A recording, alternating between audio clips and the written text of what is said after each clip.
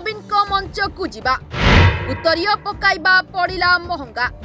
राज्यसभा मुख्य सचेतक पदरु विदा हेले सुलता तांको स्थान नेले मीडिया संयोजक मानस मंगराज पंचायत स्तररू आसीथिबा सुलता हेबाकू चाहुथिले बड़ नेत्री मंच उपरे देखाइबाकू चाहुथिले से नवीन को खास सुलता आउट मानस इन पदयात्रा सभारे नवीन को मंच को जीवा महंगा पड़ी सुलता देव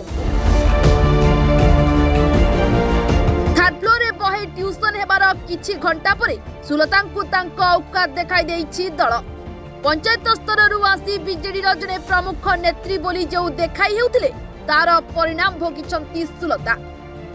को राज्यसभा मुख्य सचेतक पदरु हटाई तांको स्थान रे बीजेडी मीडिया संयोजक तथा राज्यसभा सांसद मानस रंजन मंगराज को मिली एही पद एबली सूचना बिजु जनता दल पक्षरु गणमाध्यम को दिया जिबा परे एबे बीजेडी महल रे एहाकु नै चर्चा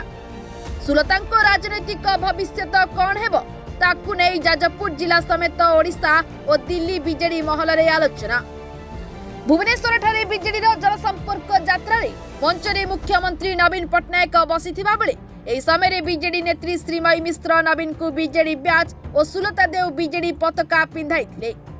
बीजेडी दुई नेत्री एभली कार्य को नै मुख्यमंत्री भीषण विरक्त प्रकाश करथिले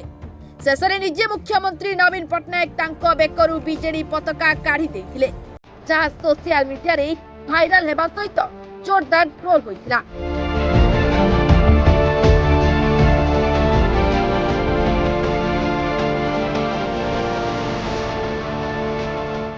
नवीन को सभा मंच को दुई नेत्री जीवा पई लिस्ट ना नथिबा बेले दुई काहेकि ओ कहा अनुमति रे एभली करे तार फोल्टार आरंभ करथिला बीजेडी रो पावर कॉरिडोर दुई को थर्ड फ्लोर डाकी पचरा उचरा करा जिबा सहित ट्यूशन मध्य करा जाइतिला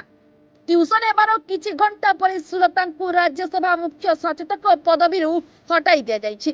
तांको स्थान नैछंती सांसद मानस मंगराज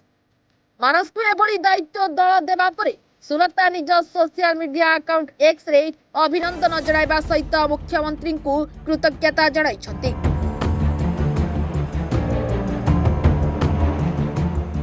भुवनेश्वर तापस दास का रिपोर्ट रिपोर्टर्स टुडे।